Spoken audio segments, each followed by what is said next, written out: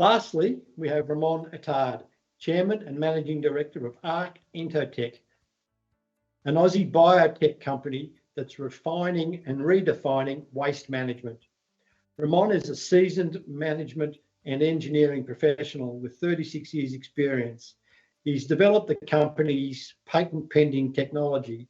So now over to you, Ramon.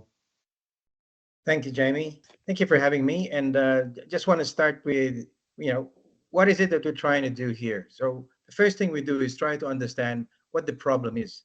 And the problem is really about waste. It's an everyday thing. We talk about it, we read about it, we want to do something about it, but nothing has really been done in enough efficiency or to effectively address this issue, which is why we still talk about the same things every year. Now, what are we seeing? We're seeing billions of tons of waste being buried. And it's fine while we have space, but we're running out of space to bury the problem. Now, just to give you a perspective of where we're at, there's about 2 billion tons of waste being buried around the year, or 2 billion tons of waste produced every year. And less than 20% of that is recovered. And in Australia, less than 27% is recovered. That means the balance of that amount of waste being generated is ending up in landfill. So what do we need to do? We need to understand what's the real impact of burying waste. It all goes to landfill, and we're running out of landfill space.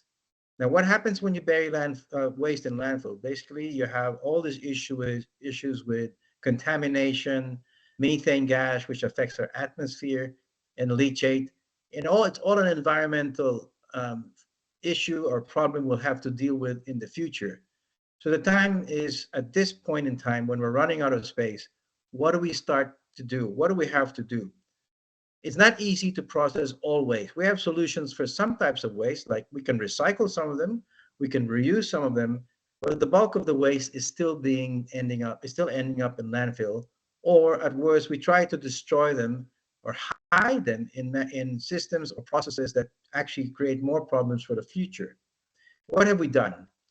So what we've done is we have to look at the solution that consists of a total addressing approach to the problem.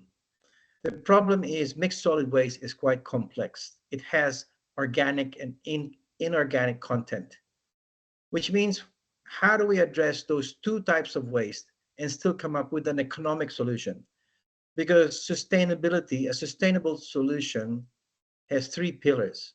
It must have social equity, it must provide environmental viability, but most of all, it must be profitable. So in addressing those three pillars of sustainability, we developed our technology. And that's important because with missing one of those pillars, then the solution is not sustainable. Now, it's easy to create environmental solutions. It's easy to create socially equitable solutions. The hardest part and the biggest challenge is the economics of it. How do we make the solution viable, commercially viable? We had to look at it from a business point of view rather than just saying, it's the right thing to do. It's not enough that we talk about the right things to do because somebody has to pay for it. And every time you pay more, there's always resistance. We had to create a business outcome. In other words, we had to change a perspective to the problem by changing the approach to the problem to an approach to an opportunity, resource. Converting that perspective from a problem to a resource allowed us to create a business solution. And the business solution will make it commercially viable so that we achieve the two other pillars, which is social equity and environmental sustainability. So how do we do that? We had to change the prospect or the approach we did to the problem and looked at it from every component of that waste stream. And that's what we've done.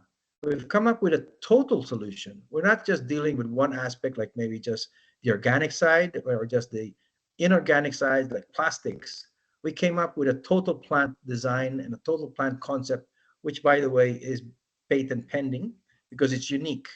We are in a space that has no competition, literally. We are in a space where people have given up, and their only approach or the last resort is bury it, burn it, hide it. And that's not enough. If we're going to make a real change in the world, we have to look at difference. Our solution is a complete waste to resource. And we've applied both biological processes using insects, a unique approach to using insects. Why? Insects have been bioengineered by nature for millions of years to do one thing perfectly: convert all our excess, convert all our waste. Now, given enough time, they can do it. What we've done is we've developed a process that allows them to be used so that they provide a business opportunity for us. Our insects recover the organic component, and we convert that into new sustainable products that can replace and substitute unsustainable commodities that we're using today. And that's the same as in the case of the inorganics. The inorganics we currently throw away, such as plastics, big problem. 75% of our waste is really inorganics. We had to be creative in how we look at that. If we don't look at it as a problem, we saw it as an opportunity.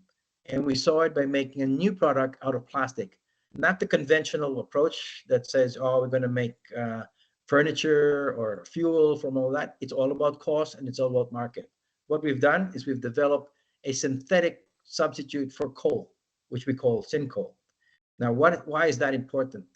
Because it's the elements of the product that are the real market value, that provides the market value to create the business.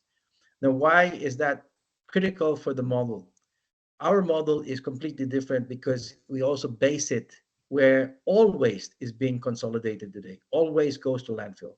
And that's where we put the process. That's where we apply the recovery systems. We capture it there, we convert it there, and then we bring it out as new products. We give it new life. But in that whole concept of giving it new life, we're able to create a viable business opportunity. We make a profit from recovering the resource.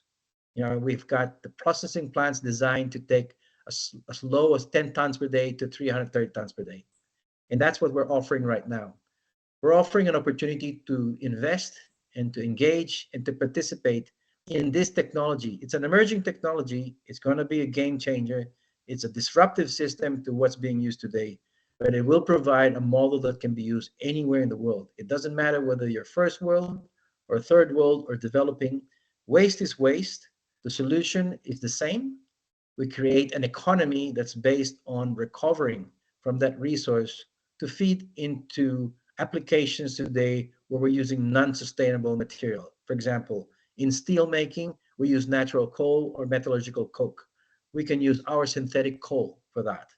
In producing feeds for our food, we use fish meal from wild-caught fish stocks, which can't be sustained because there's not enough fish to keep feeding the world as the global population grows. But what's constant about our protein, our source of protein, which is insect-based, it's an insect meal. Where there's waste, where there's people, there's waste. And where there's waste, there's insects. We use that opportunity to create a sustainable protein to produce our food for the future. Now, even our process generates some organic waste from the processes of the insects consuming organics. That's also converted into an organic fertilizer, which we can then produce more of our food. That's what we call a completely and entirely circular system. It's this concept of circularity that will make a difference in the world's management of waste. Today, we all do something, a small bit in every part, but we still haven't addressed the end, which is why there's a large amount of waste still being thrown away, buried, and looked at as a problem. We have to stop looking at this as a problem. We have to look at waste today as a very important secondary resource. And that secondary resource is where the world has to go. We have to stop relying on primary resources, conserve that for the future of our future generations, and create an economy through a business model that makes a profit through secondary resource recovery. And that's what the whole concept of the ARC process delivers. It delivers a total solution to waste management, where we will no longer bury waste in landfill.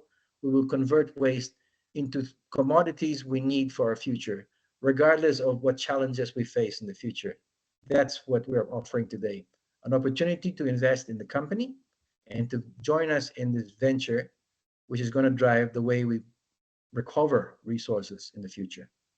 Thank you, Jamie. Thanks for your presentation, Ramon. Again, you have time for a few questions. Sure, by all means. So what makes this technology different from the rest? So we've had to look at the business model. It's all about the business. It's all about economics. And it's in that approach that we provided a different concept to recovering organics through insects, through the use of insects, but not in the conventional sense where it's not contaminated. We are realistic in understanding that most of the organics that can't be processed or recovered is contaminated with either plastics or some other material that contaminates the product. We have found a solution to being able to recover that despite the contaminants. And it's the same way. So what do we do with the residual waste?